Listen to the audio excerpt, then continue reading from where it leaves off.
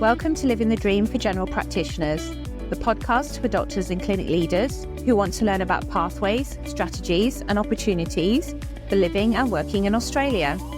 Join me, Gemma Gough, and my expert guests as we share stories and unlock the secrets to recruitment success.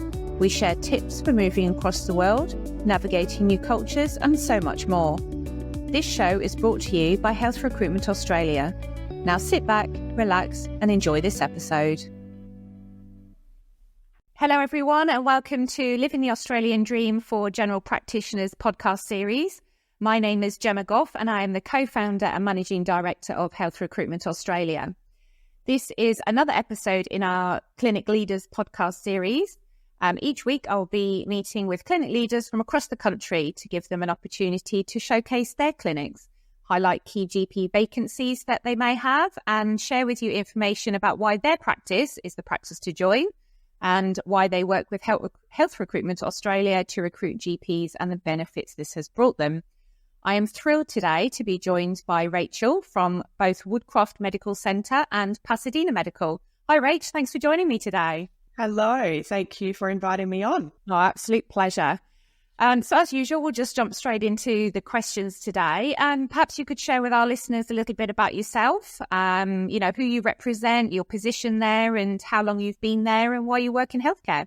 Yeah, of course. So I have been at Pasadena Medical for about 6 years, started as a receptionist and then grew my role into the practice manager. Then my role in Woodcroft is a little bit different. So both practices are owned by the same general practitioner.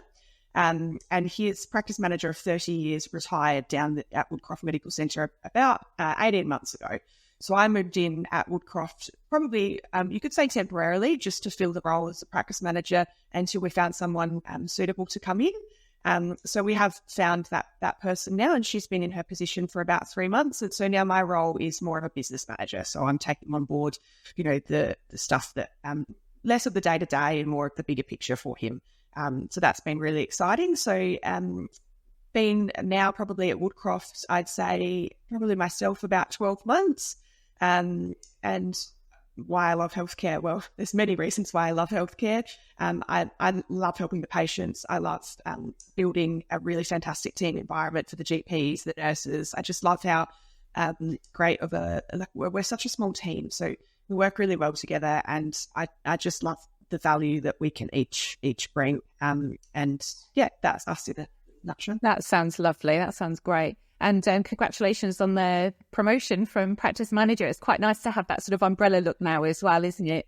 Yeah. But I think being a practice manager, you do tend to get quite bogged down by the day-to-day stuff, and you don't always have so much time to look at the bigger picture, especially when I'm across two sites. So having someone to do that job so that I can do that has been fantastic. Amazing. Well done. Rachel, tell us a bit more about the practices that you're promoting today. So sort of location, mixed billing, bulk billing, the community, the demographic, those sorts of things. Absolutely. So Pasadena Medical, so both qualified Monash 1. Pasadena Medical, unfortunately, is not a distribution priority area. Woodcroft Medical Centre is. So Woodcroft is a lovely little community down in suburbs. Surrounded by lots of schools, childcare facilities, shopping centres, and in terms of healthcare services, there's an array of healthcare services. So we have Southern Specialist Centre, which has pretty much every specialist that you could need, and that's for Woodcroft. Our demographic, our patients are a really good mix between sort of the elderly community. We've also got a lot of young families in our area. Whereas Pasadena, we're not a DPA location, unfortunately. We are probably 10 minutes from a CBD though, so we've got that perk of being really close to the central Adelaide. We're located in a fantastic shopping centre. I think anybody that knows Pasadena instantly thinks about the foodland that we have just across from us. And other than that, we've got a lot of other stuff in this shopping centre as well. So we've got a pharmacy, we've got an optometrist, we've got the audiologist. There's a bakery. It's a lovely little shopping centre. Our demographic for Pasadena is a little bit different. I think we do find that the cohort of patients is quite broad. So we have a lot of overseas visitors and overseas students because we're about 5 minutes from the university as well. We also allow health funds, so non-Medicare patients, so we accept all of their health funds. So yeah, we've got quite a broad mix of ethnicities in the Pasadena suburbs. And yeah, that's about it. That would make for interesting medicine, I guess, as well, wouldn't it? It is, yeah, it really is. We do still get the usual, the young families, the elderly population, lots of chronic disease, which I'm sure every general practice gets. But yeah, we do have quite a good mix. It's quite nice. That's amazing. That's really good. What have you got in terms of support staff at those practices? You've mentioned that you've got a new practice manager in your Woodcroft. What are some about nurses and reception staff? What support would be available for new GPs? Yeah, so that's probably one of our biggest selling points is our support staff. Both practices have, I think Woodcroft, we have about a team of 6 administration staff. Pasadena, I think we have 5. And then at Woodcroft, we have 3 nurses, and same with Pasadena, actually 3 nurses. So any day we have 2 nursing staff and a minimum of 2 administration staff. So I think our support system is something that I always sort of put forward as one of our strongest points. We have a huge focus on sort of chronic disease, health assessments, preventative health care. So building a really strong nursing team for us is quite important. And supporting the doctors to deliver that care, I think having really fantastic nursing team to do that is, it's quite successful. That sounds great. And obviously those are sort of those higher rebate Medicare items as well. So in terms of GPs looking, particularly ones from the UK that were concerned about what the income might look like, to be able to support them in those high rebate consults is actually going to be really important to them and a real selling point for you. We have a huge focus on our chronic disease care plans, health assessments, not only because it's a fantastic service to the patient and you're increasing the health outcomes of the community, but also like you said, they are that higher rebatable MBS item. So we do work with our doctors to see what it is that they're looking to achieve out of their career, whether that might be providing a fantastic service to their patients, or whether that be reaching a certain amount of income. Then we help them sort of expand on the services that they offer and help work with their patient cohort to make sure that they're achieving that. Sounds good.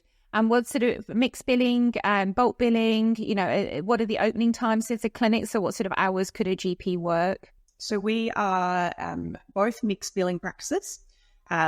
Pasadena charges a slightly higher consult fee for our private consults.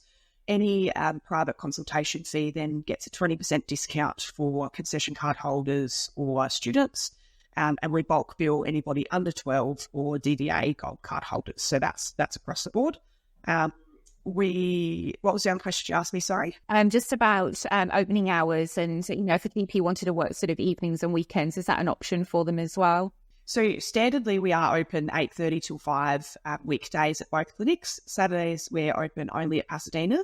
But what we have accommodated in the past for GPs is some extended after hours times where they can either provide telehealth so that they're just working on site independently, or if there's interest to work after hours, we can accommodate that with reception staff members that are open to doing that. So I guess my point there is, standardly we're open 8:30 till 5, but we have expanded that where sort of suitable. We have a GP who works about 45 minutes outside of the city.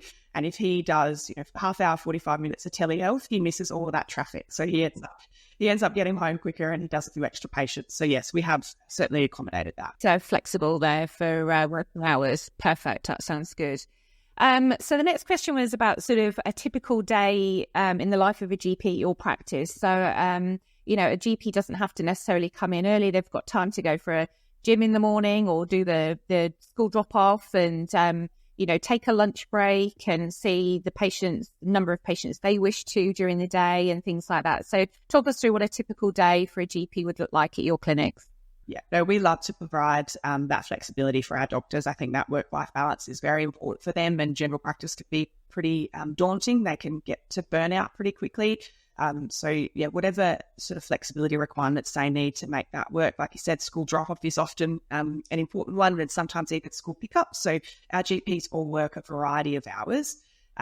Standardly, we have a 15-minute appointment book, but we add what we call catch-up slots in. So most of our GPs will see 3 patients an hour at that standard appointment. Some of them are comfortable seeing the 15-minute appointment book without any catch-up. Some of them prefer more or less. We're completely adaptable depending on what is required of them. Most of the time we do like for them to have an hour or an hour and a half in the middle of their day.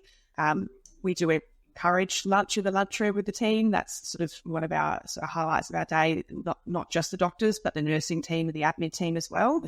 It gives the doctors a really good time for that informal kind of catch up in the lunchroom. If anybody has any questions or any support that they require from a colleague, it's a good opportunity to do that, because that corridor stuff throughout the morning or the afternoon doesn't always happen.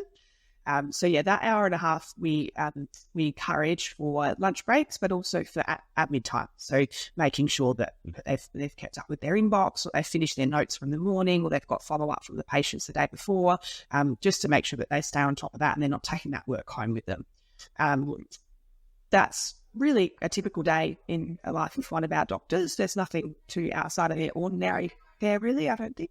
That sounds great. And lunchtime is really important as well for them to sort of get to know each other on a personal level as well. You want to create that sort of work-family vibe. And so, if the GPs and the staff are just so busy doing their jobs and not having that downtime, you don't build those relationships. And those relationships are important to, to keep your team together, to make people want to stay with you. So I think that's, is an important part. I could imagine, being a manager, I can imagine it to get very isolating being in a little office on your own without that connection with your team. So we do encourage that.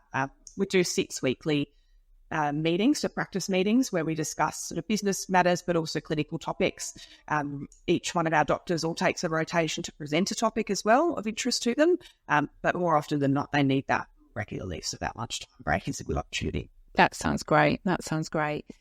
So you're currently working with Health Recruitment Australia to onboard some GPs for your clinics. So could you share with your listeners why you've chosen Health Recruitment Australia and, what the service that you've received from them and how that's benefited you? Yeah, absolutely. So recruitment for us, recruitment for any general practice, I think, is a challenge at the moment. Especially recruiting doctors from overseas. That was something that was of huge interest to us. I think it's a big opportunity that's been presented to us at this point where, if we weren't to take advantage of it, if we could, then, we'd be silly. But I think it's a grey area for me, I would admit. And so there was a lot of hesitation from myself, but also the owners of the practice in making that step. So I think Health Recruitment Australia, the biggest thing for me was I've found that I can trust really well. I think, there's lots of knowledge.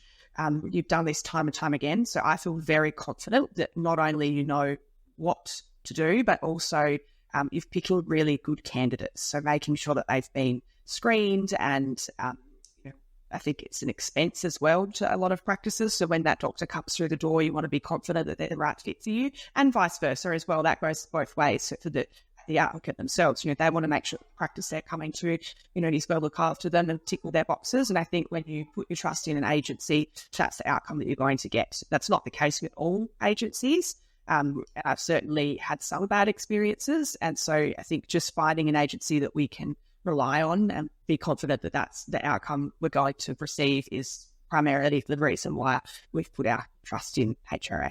So, Rach, you're liaising with Health Recruitment Australia at the moment, and you would have shared with them information about what your ideal candidate looks like, VR GP, non-VR, what hours they work, specialties, those sorts of things. Who is your ideal candidate? What sort of GP are you looking for? So at Woodcroft, we have been fortunate enough through Health Recruitment Australia to place 2 GPs in our clinic. So they have ticked a lot of boxes for what it was that we were sort of requiring in our practice, primarily a GP who had special interests in women's health and chronic disease management, because we do, like I said, we do a lot of that in both practices.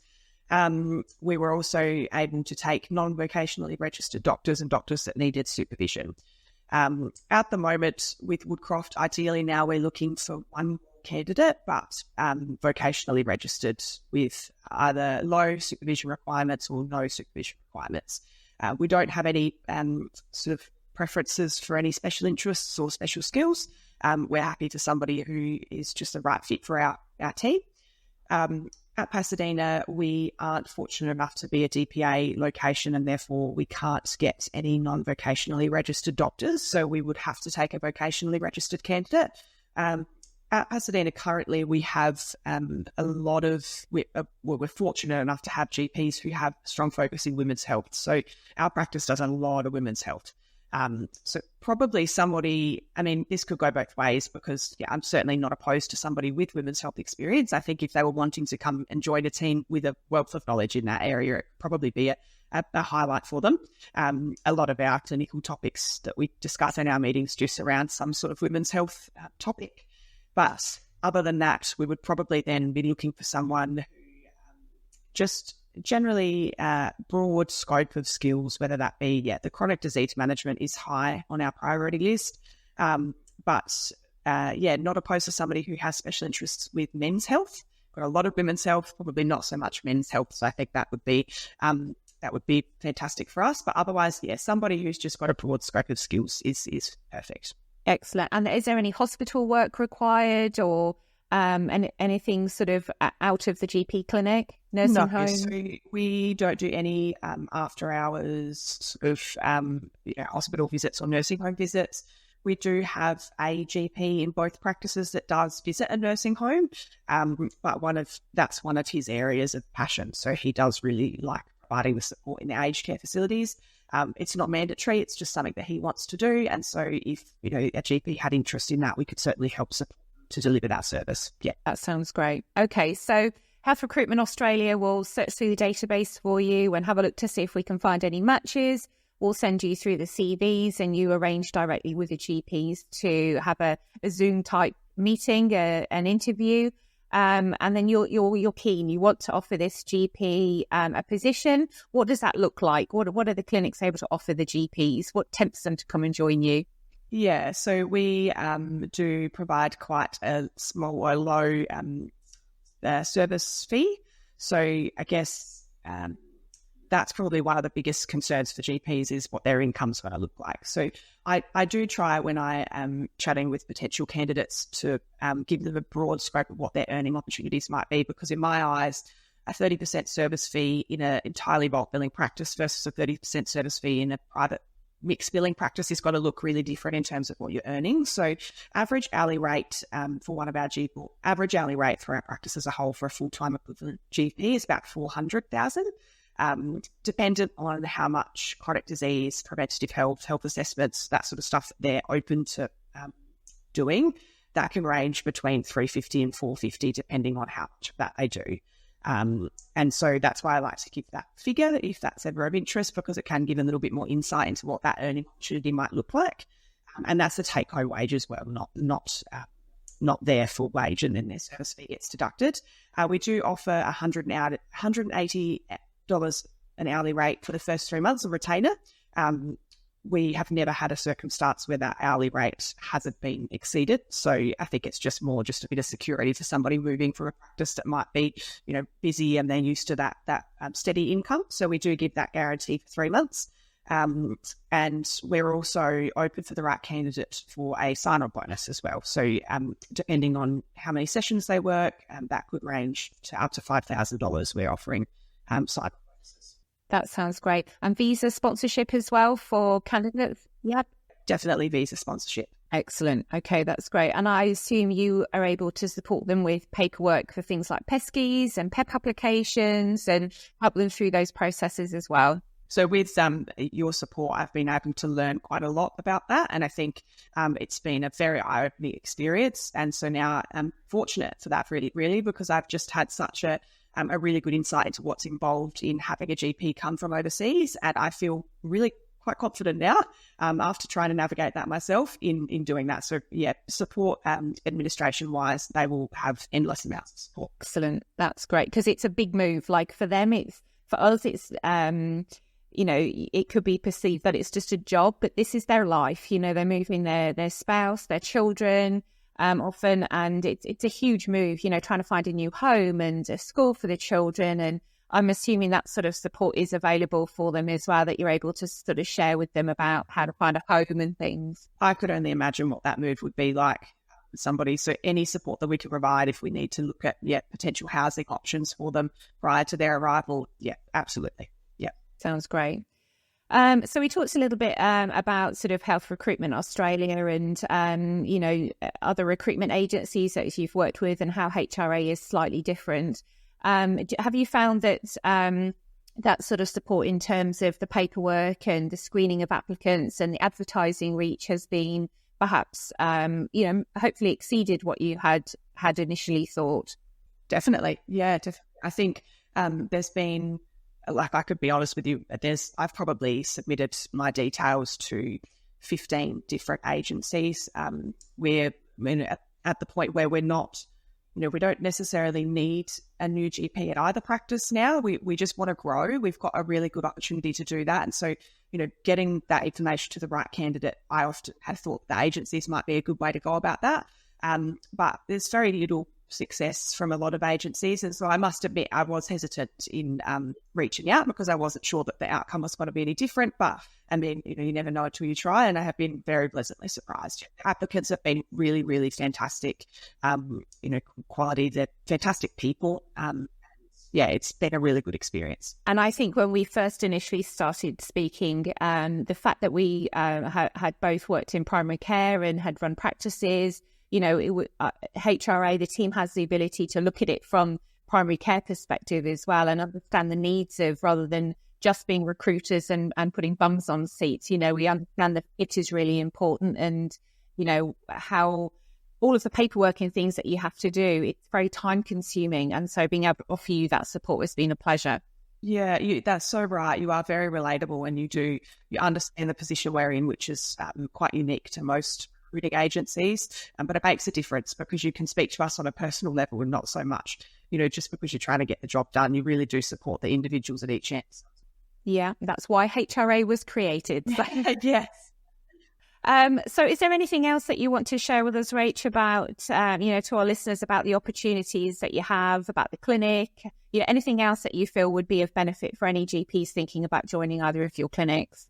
I think we've been over most things. I think probably the only other thing I might add in for them is that we are, both practices are very well adept at the supervising requirements. So we are a teaching practice not only for registrars, but also for second and third year medical students. So if it was a GP needing supervision, or if it was a GP who likes to have that sort of skill in the workplace and they wanted to do that for GPs that we have here, then that's certainly something that we're very used to doing. We really do have a fantastic team of not only doctors, but our nursing, our admin staff. We're all a small little family, both privately owned practices, and just really looking for the right person to come on board. Sounds great. That sounds great. Well, anyone who's listening to this podcast today and would like to speak with Rachel about joining either Woodcroft or Pasadena, please reach out to the HRA team and we'll put you in touch. So thank you, Rachel, for joining me today. This really has been lovely catching up with you and hearing more about your practices and the community and what you have to offer GPs. So thanks again for joining me. No, thanks for having me. That's all for today, everyone. This is our latest episode in the Clinic Leaders series, and I'll speak to you all again soon. Bye for now. Thank you for listening to Living the Dream for General Practitioners. Don't forget to subscribe on your favourite podcast player so you don't miss an episode. At Health Recruitment Australia, we want to see more happy GPs, thriving medical practices and healthy communities. If you'd like to join us on our mission, visit healthrecruitmentaustralia.com.au to explore opportunities and to get in touch. Thanks for listening.